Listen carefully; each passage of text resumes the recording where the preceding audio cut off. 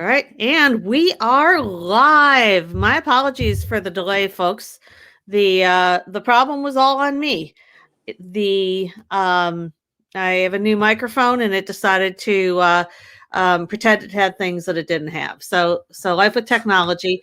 Thanks again for joining us today. I'm Della Rucker. I am the principal of the Wise Economy Workshop and author of the new book, The Local Economy Revolution Has Arrived: What's Changed and How You Can Help.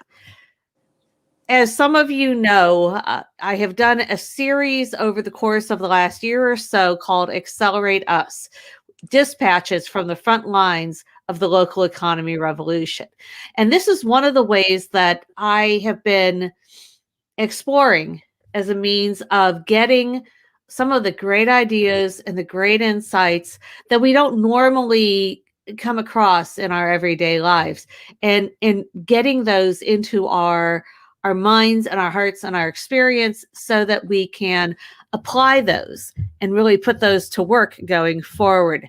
So I am beyond thrilled to have Kemo A'Akhutera with me today, because I've been working with Kemo a good deal lately, and he is extraordinary. What I wanted to talk about, how we change our approach, particularly to entrepreneurship and small business development in Black and other underrepresented communities. Kemo not only has lived that experience, but he thinks about it and integrates ideas and kind of develops that holistic view in a way almost nobody else I've encountered has managed to do. And he's a spring chicken, so he's also one that you're going to be hearing from a ton over the next many years. The piece that Kemo and I have been working together on a bit is a new platform called Trep House. And I've been incredibly honored and have learned so much from being able to be an advisor to Trep House as it's getting off the ground. So I'm super excited to be able to have this conversation today.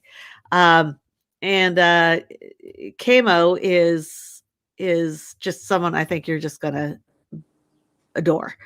Um, so Kemo, why don't you start off with a little bit of introduction of yourself? Just give a real high level view of kind of how you came into the world of entrepreneurship, and kind of just a few of the things that you've been involved with in the past. Excellent, excellent. Yes, for sure. Thank you for having me, Della, and for the warm welcome.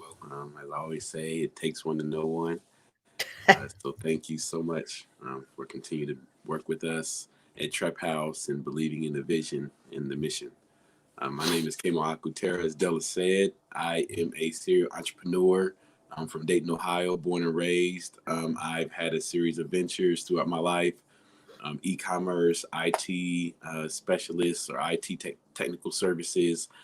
We've also had a real estate investing, impactful real estate investing business, as well as doing some, having brain farts between all the ventures, business credit consulting, some personal credit consulting with business credit consulting for disadvantaged communities.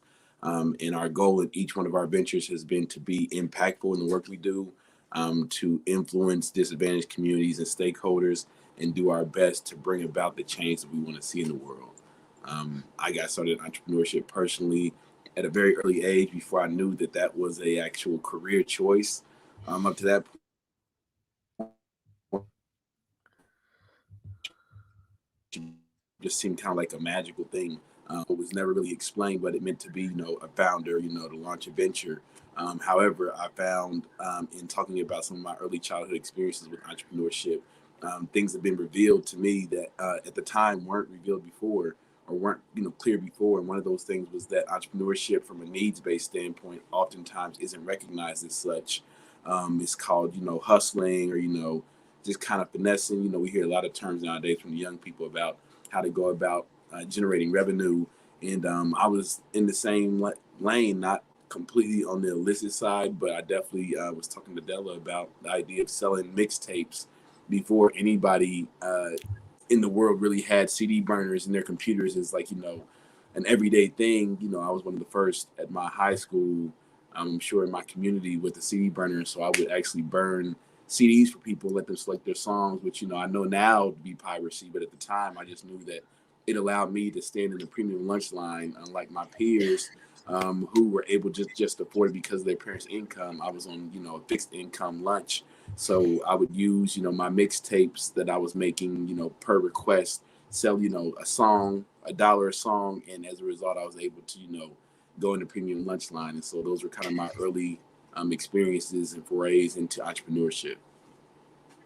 The fact that your motivation for getting into entrepreneurship was to get the better lunch at school. I mean, I was also on reduced cost lunch for a good portion of my younger years, and I wish I'd been that smart because that was a lot better food.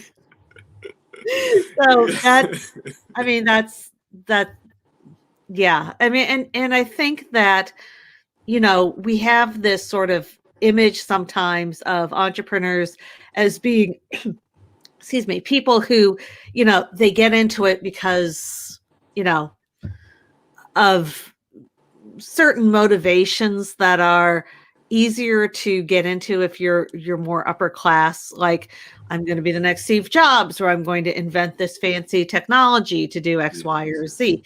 But entrepreneurship, for a lot of folks is a much more kind of rubber hits the road reality sort of Yes, experience. it is. So yeah, the lunchroom tapes, the CDs. I love that story.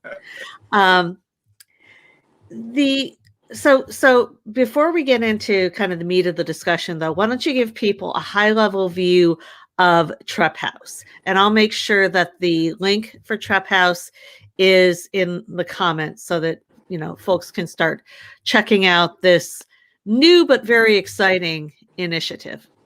Certainly, certainly. So Trep House is meant to be a venture development organization, also known as a super hub. Originally, it was going to be a physical place from the outset, with co-working, incubation, acceleration, all kind of embedded financing, access to resources for underrepresented founders, et cetera, so on and so forth. And then the pandemic um, shifted us, or actually inverted the plan, because we did have a plan to eventually do virtual manifestations of Trep House that would allow us to expand to other venues such as HBCUs or Job Corps, so on and so forth. And then the pandemic happened, and it was like, okay, let's invert this plan. Let's go virtual first. At least get some traction, get some rubber to the road, not have to sit here on our hands for a year, or however long we projected the pandemic to last, and the social distancing requirements being in place. And so it was like, okay, let's go virtual first and see what we can do with that. And then when things open back up, we'll explore going physical again at that time. And so we were able to launch a platform September 2020. It's still kind of hard remembering that we're in 2021. Last year was such a blur, but we were able to launch that platform. We were able to get Brad Feld of Techstars as an advisor. Is also as a sponsor. He granted us a $10,000 sponsorship, and is also working with us beyond that to just kind of help us dot I's and cross T's as it relates to the organization. Some other things that have happened. We have a couple of new interns that we brought on, and the goal is for us to connect in many different stakeholders, intergenerational, not just, even though we are focused on millennials and Gen Z, we also want to be intentional about having, Gen X and baby boomers involved in the conversation and making sure that they can provide all the experience, the plethora of, resources, their network, so on and so forth, and bring that to the table to assist in this transition as we see ourselves go from, the baby boomers kind of having a helm to now, seeing millennials kind of stepping up to the plate and Gen Z coming, right along behind, and all the shifts that are accompanying that. So we want to be intentional in being at the forefront and making sure that there's equity, there's parity and equal access to resources, exposure, this new paradigm, what they call the fourth industrial revolution, we want to make sure they're able to participate sufficiently. Beautiful. That fourth industrial revolution that you just mentioned, that's something I've been writing and talking about a lot, which is kind of this fundamental kind of shift that's underway right now. And I think you and I would both define that as having not just started in 2020 or 2012 or sometime more recently, but that we're still in this process of transition that's a very deep transition, akin to going from a medieval world to an industrial revolution world. We're doing that now again. So hence the fourth industrial revolution. Sometimes folks who are familiar with my work, I call it the fusion economy. So basically the same thing.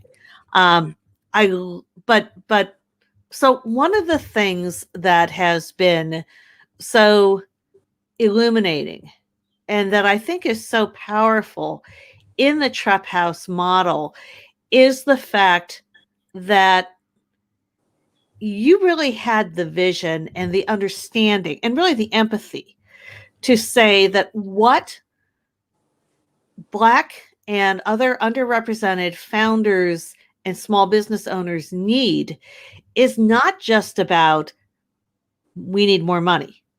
Everybody needs more money. But you're really the one who taught me about the other kinds of equity and how important they are to particularly disadvantaged founders, and that money can help with, but that money doesn't necessarily replace. So I'm wondering, I don't want you to feel like you've got to like run through the whole the list of 7. I think it's 7 that you usually cite, Like 9, but give or take. yeah, something. But if you would talk a little bit about some of the other kind of non-financial capital that you see Black and disadvantaged founders, in your own personal experience, benefiting from. Certainly. Yes. So, the conclusion that I, arrived at was that, we are in fact searching for money to be able to pay for the other forms of capital. And, we talk about financial capital being a medium of exchange, and truly that is what it is. So if you look at the other 8 forms of capital outside of financial, the money is just there as a medium to make it easier to negotiate and get access to those other forms of capital. So for example, social capital, buying your way into a network that requires, you have a certain net worth, or, you have recommendations like Clubhouse, for example. Clubhouse, being able to join Clubhouse right now is a social capitalistically driven thing. So unless you're able to know someone that has a Clubhouse membership, you aren't able to get on Clubhouse. And some people are charging, money for those who don't have the social capital to have somebody who's already on Clubhouse. But if you just know the right person, you're able to get on Clubhouse. And I've heard of people selling Clubhouse memberships or invites for as much as $1,000. So they're basically saying that the social capital that you normally have to have is equal to $1,000. So if you pay me $1,000, you can get on this app that's otherwise meant to be selective about who joins based off of who refers who. And so in the same vein, these other forms of capital really are what founders are after and are the drivers for any founders or any startup success. So, you can't have, for example, $1 million and the $1 million just sit in the bank account, and that in and of itself is what brings you success. You have to intentionally take that $1 million and allocate it to these other forms of capital: intellectual capital, material capital, spiritual capital, cultural capital. You can go on and on. There's, like I said, 8 of them, and I can pull them up on my phone. I have them in my favorites. But the whole point is that we're seeking the cash to pay for these other forms of capital. So what if we're able to move forward and get access to those forms of capital without the money part being the medium in between and make those things, manifest? So it is my mission to show that, these other forms of capital are actually as valuable or more valuable than the fiat currency, because if you bring fiat currency into the equation, then, you find out that people are really only just involved from the motivation of getting the cash. But, when you work with others and they're able to bring their skills to the table, and those are as good as cash, same as cash, and you can really find a way to kind of like qualify and quantify that. It makes it easier to get the right stakeholders engaged without there being this unspoken ickiness, because it's like, well, what is my salary going to be right out the gate, and can you pay me right now, in a lot of other cultures you see this heralding of like this gritty group of band of sisters or brothers who are working together to launch this venture, but in the Black community you hear about self-made. I did it all on my own, there was nobody there to support me, and so it's kind of like considered a glorious thing to be able to come through the trenches and not have any help and any support. So everybody keeps kind of like regurgitating that same thing of like I'm self-made.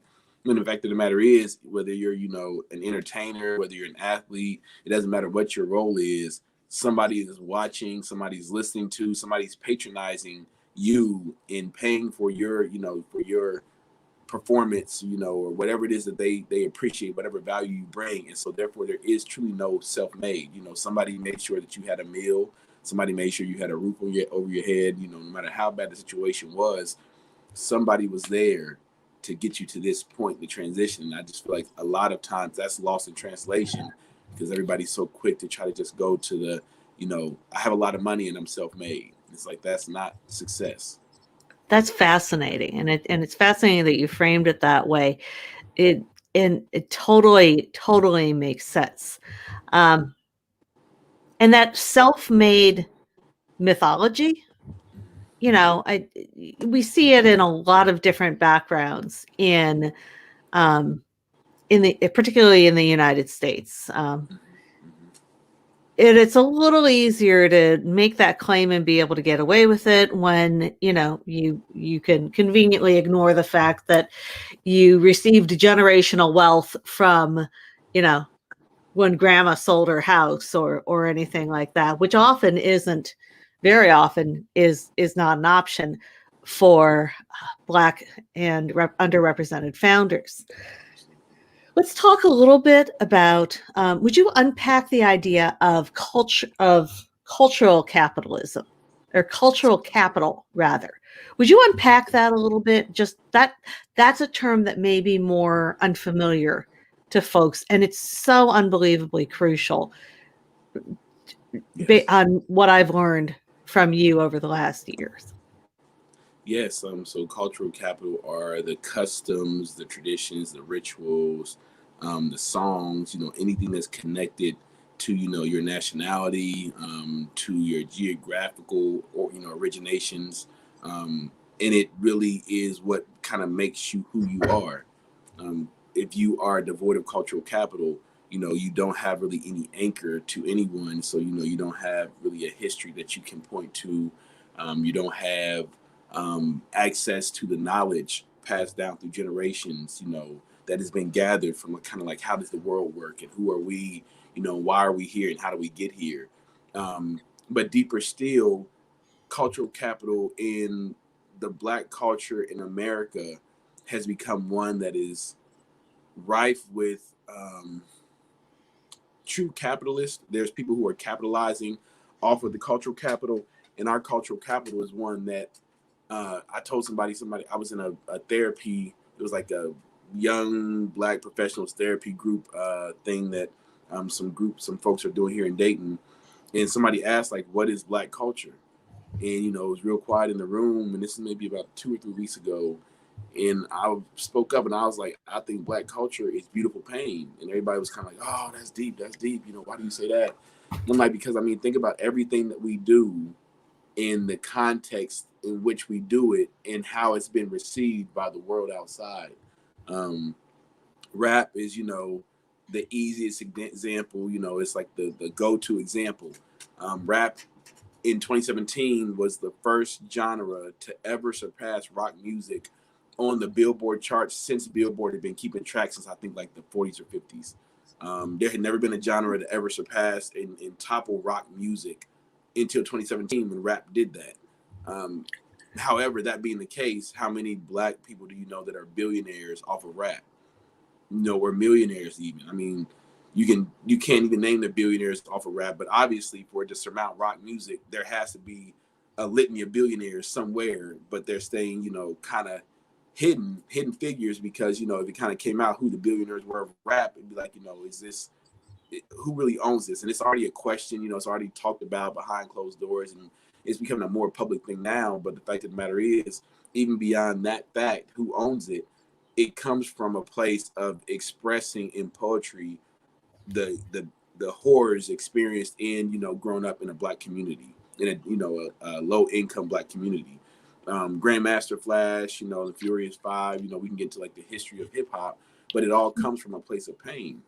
Even DJing, for example, or scratching, like as we know, DJing the beat today, it happened because I was watching a documentary about this that Ice-T did, and what they basically said that was that because they had taken music and art, the arts in general, out of the schools in the 70s and 80s, calling themselves trying to, balance the budget and find, squeeze blood from a turnip and find more money where there wasn't. They eliminated this. And so kids didn't have access to instruments anymore. They didn't have drums. They didn't have, trumpets, etc. But these children, these black children in the ghetto thought to themselves, what if I take my mom's record player? And actually, it was an accident. DJ Kool Herc was the first person to, discover scratching or come up with it. But he had bumped into his mom's record player, and the record skipped, and it rewound it back to where it was. And he was like, I wonder if I could, like, kind of mimic that and kind of, manipulate that to do that on rhythm. And so they actually started using a device that was meant to play pre-recorded instruments and turn that into an instrument itself, because they didn't have instruments at their school anymore. So they weren't, getting exposed to the ability to draw. They didn't get exposed to, making music. They weren't able to dance. And so it was like, okay, we had the DJing, we had the rapping, graffiti was the visual art form, and breakdancing was the physical art form. So these were all the arts that they removed from these low income public school systems. And these kids was like, that's cool. I'll take a piece of cardboard and I'll roll around on it. And then it becomes, it just got entered into the Olympics. Breakdance is now officially a part of the Olympics. But it was made in like, New York on the gritty streets on top of cardboard boxes. So I'm just like, this whole idea of our culture being like, whatever it is that first comes out is ridiculed, but then eventually, it's in the Olympics or it's topping the Billboard charts as the #1 genre. And it's like, but there was a time people were crushing rap CDs in the streets with steamrollers, and refusing to let their kids break dance, because for fear that they may be, conjuring a demon or something. So it's like, it's profound to me to see how much like resistance but admiration there is for the cultural piece. But again, we as black people, it just kind of pours out of us because it's coming from a place of pain, and we need an outlet. And so it translates into being a beautiful thing. But in order for this level of production to continue, the powers that be require us to remain in this state of powerlessness and and trauma, because that's unfortunately what produces the most beautiful works. Yeah. That's fabulous. And I got to watch that because I completely, missed all of that part of the world living in my, little town in northern Ohio. But that's a fabulous tie-in to the next question I was going to ask, which is, there's a uniqueness to Black entrepreneurship and Black small business development. There's a uniqueness there that I haven't really put my finger on at this point. And again, I'm an outside observer, but I'm wondering if you what strikes, what beauty, what power you uniquely perceive in Black and low income community entrepreneurship. Absolutely. The number one that I think is the grit. You hear about in just general entrepreneurship, like the most defining characteristic is grit. And you hear people trying to get grit, putting themselves through tough men contests or tough, Iron Man contest, or just doing different things to try to build up their ability to endure. because entrepreneurship, that is in fact what it is that everybody has to endure. Who can endure the longest, in this industry and evolve and adapt. And Black culture, as it stands, in the world, is one of survivalist, instinctual type of reality. And so everything hinges on, your ability to endure and outlast whatever obstacles are in front of you. And you get to a point to where it's almost like you're parkouring your way through Mm. life, because that's what you have to do. It's so many obstacles. You just have to get extremely good at parkour. It's like, I can't move the obstacles, but I can be creative about how I go around them and over them and under them, and that becomes your strength. And so I think that, just that ingenuity required just to survive as a Black person, whether it's, doing a traffic stop, whether it's, doing a job interview, doing a job performance review. I mean, getting into school. I mean, if you could, I can go down the list of just experiences I've had where I've just had to, in the moment, be clever, more clever, or just think outside the box, and really not be discouraged, because I've seen so many disappointments. You get to a point where it doesn't hurt anymore. It's just like, it becomes an inside joke, almost like this is part of being Black. This is what you expect being Black. And so you almost take a Mhm. pride in your ability to surmount these things, because there's so many that aren't able to. And the unfortunate thing is, Tupac, describes it, and I'm sure he's not the first, but the rose that grew from the concrete. um so, like, Mhm. looking at how flowers sometimes sprout up between the cracks of the concrete jungle. And that's kind of what you see in the Black community, is like, just this barren, nutrientless concrete wasteland. And every now and again you get these flowers that pop up, but they never really get the nurturing that they deserve. You can just appreciate them in the moment, coming through that crack, the miracle of that. And then it's kind of like, I mean, I'm not about to replant this flower somewhere else or anything. It's just cool to kind of admire the fact that this rose grew from the concrete. And so I think that, that grit piece, as well as making it look good even in the worst of times, that's another skill, is, the faking it till you make it.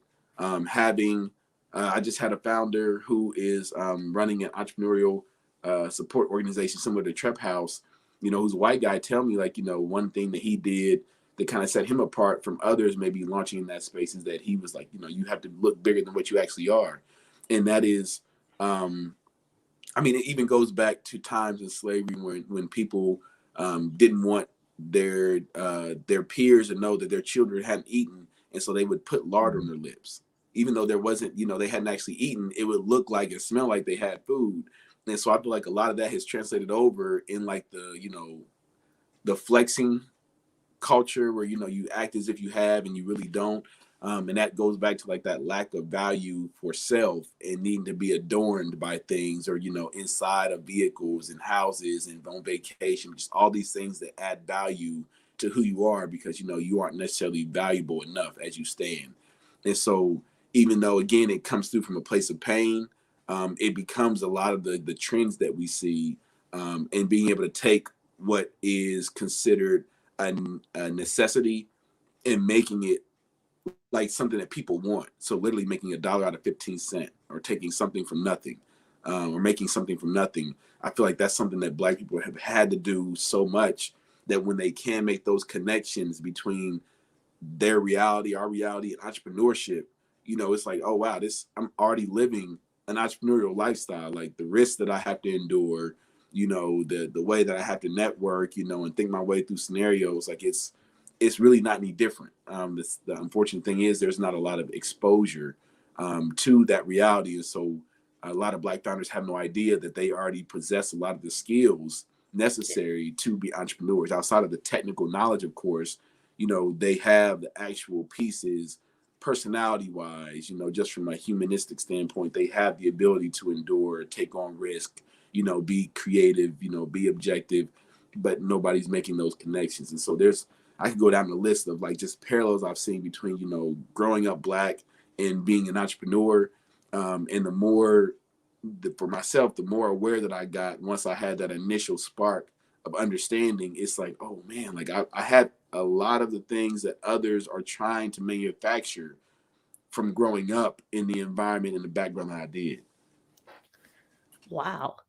The so that's That's incredible. And, one of the things that I know you and I have talked about, and that I've talked about in other spaces, is this question of grit and resilience. And how do you teach that? Yes. And, there's some discussion out in the world about how for example, students, if you look at college students, how can they learn grit and resilience? And it's very hard to figure out how to teach that. That was a challenge that we had at Ecology, because you just kind of got to put people in the situation and, and help them learn and grow from whatever happens. Yes. But in a situation where your resources are more limited, it's a whole different equation. So here's a funky question for you. Okay. If I gave you a magic wand, and I have no magic wand, because if I did, I would have used it already. And, A long time ago. Trep House would have all the money it ever needed and all the connections it ever needed and more, although you've already got most of the connections. If you could do, and maybe it helps to look specifically at the the community in West Dayton. If you had a magic wand and you could make 3 things happen for that community that would help this entrepreneurial spirit kind of grow into its potential, what would you use the magic wand on? The first would be adequate access to land, having land, because everything on this planet, whether we're wearing it, eating it, drinking it, sleeping on it, it all starts from the land. And so having access to more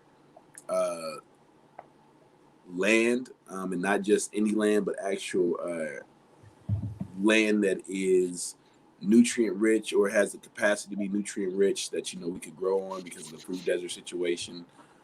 In addition to having structures, buildings that we own and operate and can use, to further build our community. It would be land is the first thing. Second thing would be the spirit of retention. There's a lot of people who have a lot of talent in Dayton, that grit-based reality. I feel like it forces so many to rise to the occasion in their careers and their journeys in life. But a lot of them, feel like they have to leave. And so a way to encourage this spirit of like wanting to stay in Dayton and make happen here what you think you have to make happen by going somewhere else. And the third thing would be, what would be the third thing? Maybe some other industries besides just ed, med, or fed, kind of opening up the market and getting more visibility for, whether it's mom and pops, whether it's tech enabled, whether it's non-tech, but just getting the same respect for founders of all types, not really preventing or stifling innovation because it's not tech and you don't see it scaling and becoming, a Fortune 500 company to be able to, say, hey, this is in my city and we have this here. So really access to all, and the openness from the powers that be, to founders from all backgrounds, all walks of life, all educational levels, all socioeconomic, backgrounds, etc. That last one is particularly fascinating to me because, you use the phrase that we use in a lot of Midwestern cities, which is eds, meds, and feds. It's feds. You add feds for Dayton because there's a Yes. very strong Air Force presence. But eds and meds, or eds, meds, and feds, I mean, those come out of what we've done in economic development for a long time, the formal economic development, which is that for years and years and years and years, we were told to target. We got to target our resources. We have to focus on our clusters. We need, and it was it was trying to be a very strategic point of view. And it was very much, there was a lot of trying to pick winners in that Yes. space. And Yes. I think, and I critique economic development a lot over this, that we don't do a good job of like stepping back and evaluating how, like, did the thing that we did 10 years ago actually work or not? Mm-hmm. But what you're saying in this context is that targeting isn't helpful. Right. That there's a need to build entrepreneurship and small businesses of all kinds. Can you talk a little more about that? Yes, absolutely. I feel like, that, like you said, there's this idea of trying to pick winners, and, people are begging Amazon to come to their city. When that was the whole thing, people were like, oh, please, please, please come here. And it's like, what if we took those same resources and um, that same fervency, and, we're willing to put it towards just building up our community, our city, to one that could hopefully spit out the next Amazon, instead of chasing this well of an organization, and hoping that it saves their city. It's like, what about helping those people that, are Jeff Bezos in 1994 or 96, whenever he kicked off Amazon, and staying with them through the test of time, and have them stay in your city and have that story be told. But instead, there's this idea of wanting a quick fix. Everybody's in like this lottery or this microwave, mindset. If we just get more money, if we could just have this happen instantly, then it would solve all these problems. When, it's so deeply embedded in the culture, why, you've gotten to the point that you have, it's profound, because they act as if, they've gotten to this point by just sheer chance, like not any actions of their own that, have brought them to this point. When the reality of the matter is that, every action that has been taken by the powers that be puts them in that position. I feel like they don't take responsibility for, like you said, there's no review of the economic development side. Well, just in general, there's never really any accountability for the general direction of a city, or, a region, or the country at large. It's just kind of like, well, everybody's pointing fingers, instead of saying, like, who does this actually hurt? Because the people who are visible enough to point fingers aren't the ones that are most effective in most cases. They're the ones that are just put there to be, kind of the gatekeepers, and the what do you call them, the figureheads. Yeah. They're the figureheads put there to represent the powers that be, that are actually controlling this narrative. And so for me, it's a hard reality to maneuver through, because this is all social engineering. Like, the value of the currency, the state of the country, like there's somebody behind the scenes that is helping to orchestrate this and make it play out the way it does. And so it's like, what does it take to shift those thoughts and those minds to one of, like, this rising tide is going to raise all ships. I think now we're in a place where before it was like, it was a philanthropic thing to help disadvantaged communities and encourage entrepreneurship. And it's like, oh yeah, it's cute. They can, maybe have an employer or two, etc. But now Morgan Stanley is like, this is a $4.4 trillion opportunity for any VCs that want to remove their bias and invest in women or minority founders to the same degree that they do white men. And so there's a lot of information coming out, statistically driven data that's soundly saying, if we help these founders, if we help these organizations, then everybody wins, not just these founders. And it doesn't have to be a charitable thing. I'm like, I think we have to shift that mindset of, like, continue to push and get people out of this thought of, like, you supporting other founders outside of white men doesn't mean that, you should be trying to expect them to be Fortune 500 companies, but you very well should too. It's like, you shouldn't have like any really ulterior motive besides just wanting to help people improve their lives and realize their full potential. But I think because everybody's focused on, like, how can we get to this bottom line, and how can we show that, we had the most growth year over year, it's just like this constantly driven, let's just look good, put the lard on the lips as a, a community, and make it look like we did something without actually doing anything. That's a crucial observation.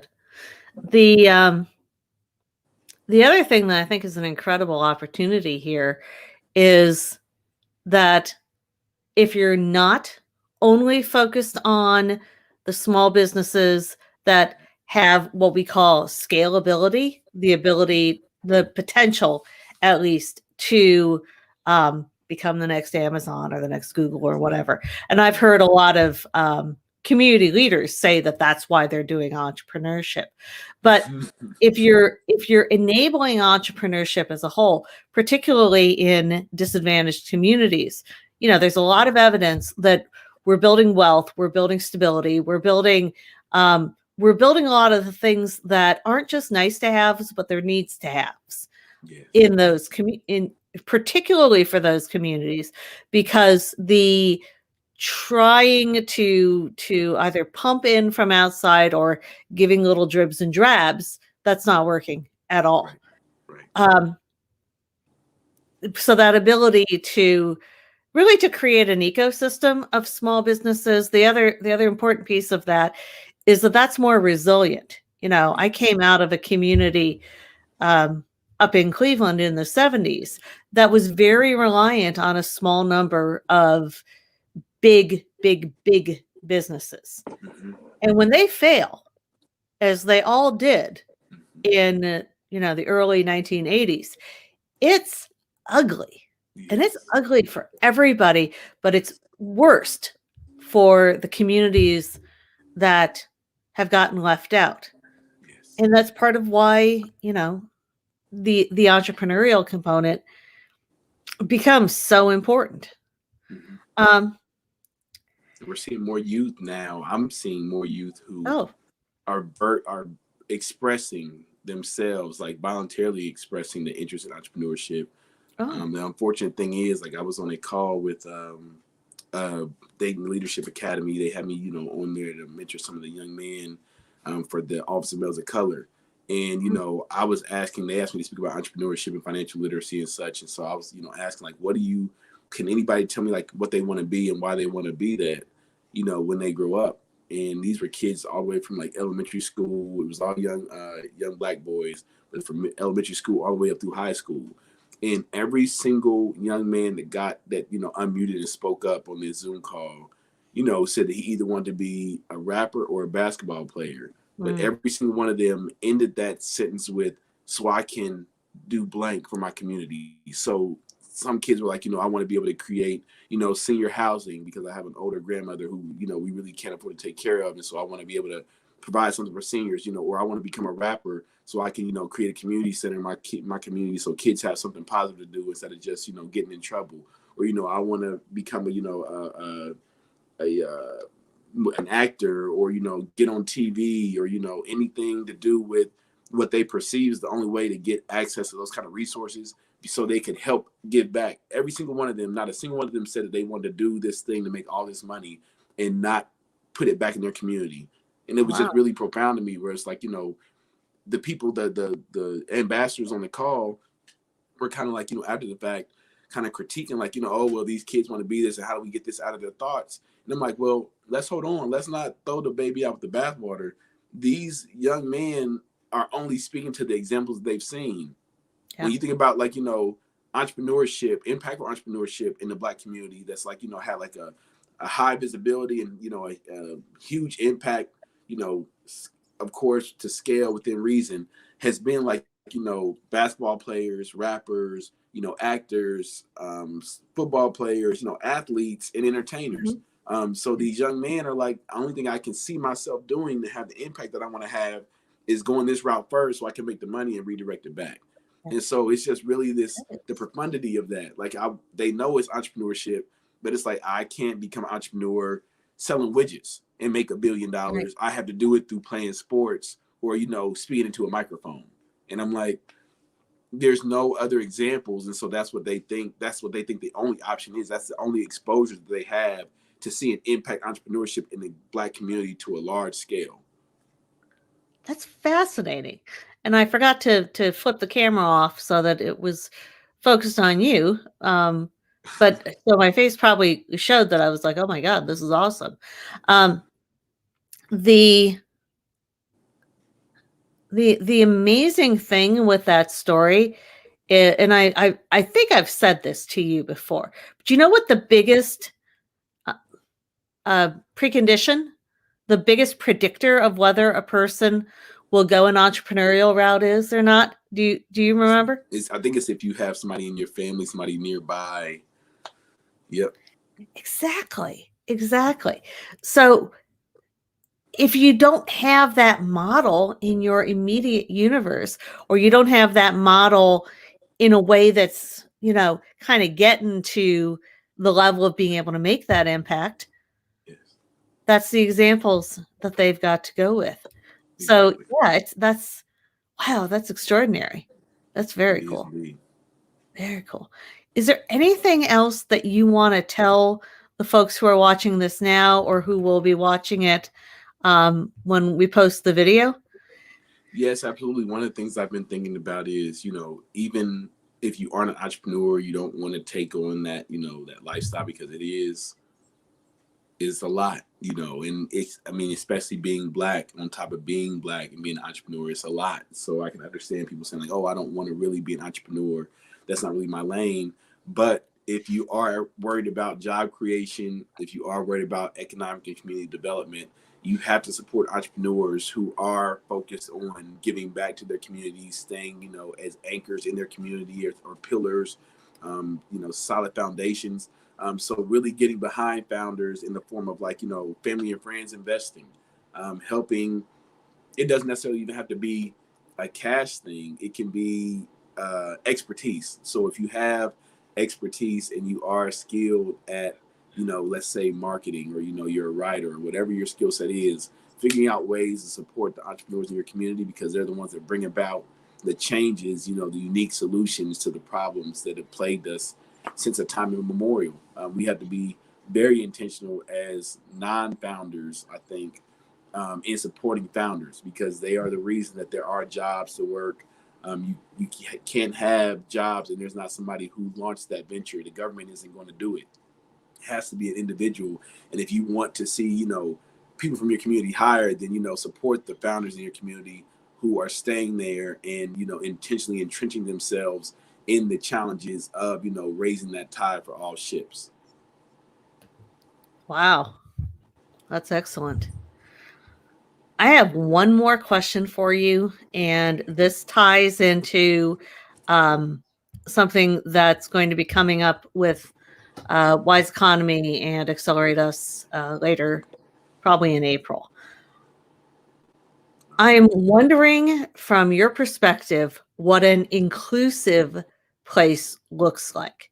So, a place where not only you, but that you think people from a variety of other backgrounds will feel welcome. And you don't have to give me an example, but what are the indicators to you that a place is inclusive? Um, it is representative of the enormity of potential variations of creation. It reflects sensitivity to other cultures, and even like a curiosity, an admiration of other cultures. Not feeling like other cultures are a threat to their existence. Really creating the means to support others to thrive, and not expecting it to somehow immediately or directly benefit you as the gatekeeper or the holder of those resources. Really just making people feel like they can be somewhere, and as long as they're, not working to hurt anybody, not trying to take anything away from anybody, they can be their full authentic selves. Anytime you're in a place where, you feel like you have to diminish who you are, outside again of reason, like reasonable, loving human behavior, that's not a very inclusive place. Nobody should ever have to really diminish who they are, and feel lack as a result of that. But I think that, if we do more to listen and consider how others got to the point that they have, what brought them about this reality, whatever they're trying to bring to the market, you know, however they want to affect the world. We have to be intentional in not thinking that we know the best way, but giving them the platform. Even if, let's say, we know for whatever reason, we know this is going to fail, but this person is on this journey that they need to go through this failure to bring them to the other side to get to their ultimate solution. I think we have to just be intentional about people taking their path and their on their walk, not trying to rush them or divert them on another path, but understand that their journey is unique to them and is going to bring about their own evolution. And so not being critical about how fast the seed sprouts and produces fruit, but just being in it for allowing that plant to exist, whatever comes from it, because eventually, even if it doesn't work out, it's going to be returned back to the soil and recycled into the system. And I think that humanity is the same way. Man, that's wow. You use metaphors, and I've known this before. You use metaphors so beautifully that it's like, what else is there to say? So, Kemo, thanks a ton for taking the time to do this with me today. And I'm sorry I glitched at the beginning with no, it's all good. It gave me enough time to make sure I was all ready, because I knew we had an interview, but then I forgot for a second. I had in my calendar that I had a call with you. And then when you called me, I was like, oh, yeah, it was an interview, not an actual call. So I need to be ready for that. And you have a lot of calls with me these days. So, yeah, it's all part of the system. So if people are interested in learning more about Trep House, where would you suggest that they look? You can go to www.trep.house. And, I know this probably should have happened at the beginning, but a lot of people ask me, what does Trep House mean? And that is connected to, everything we talked about on this interview is, is all part of that name.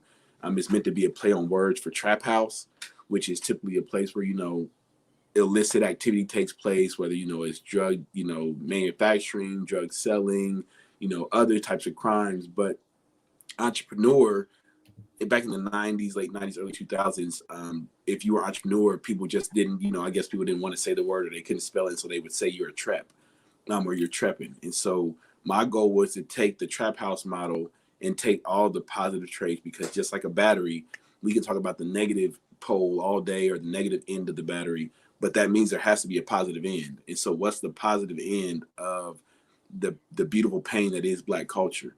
And there is that grit, there's that that tight-knit group when you're the only ones that really have each other's back. There's so many different positive traits that I could bring up that come from the street, and the crime world, and I want to take that, because that's what a lot of people mistakenly hold in high regard without separating from the BS. And so I'm like, how do we really show the positives, that has allowed rap to become the #1 genre in the world, and so many people that feel like it speaks their thoughts and their hearts.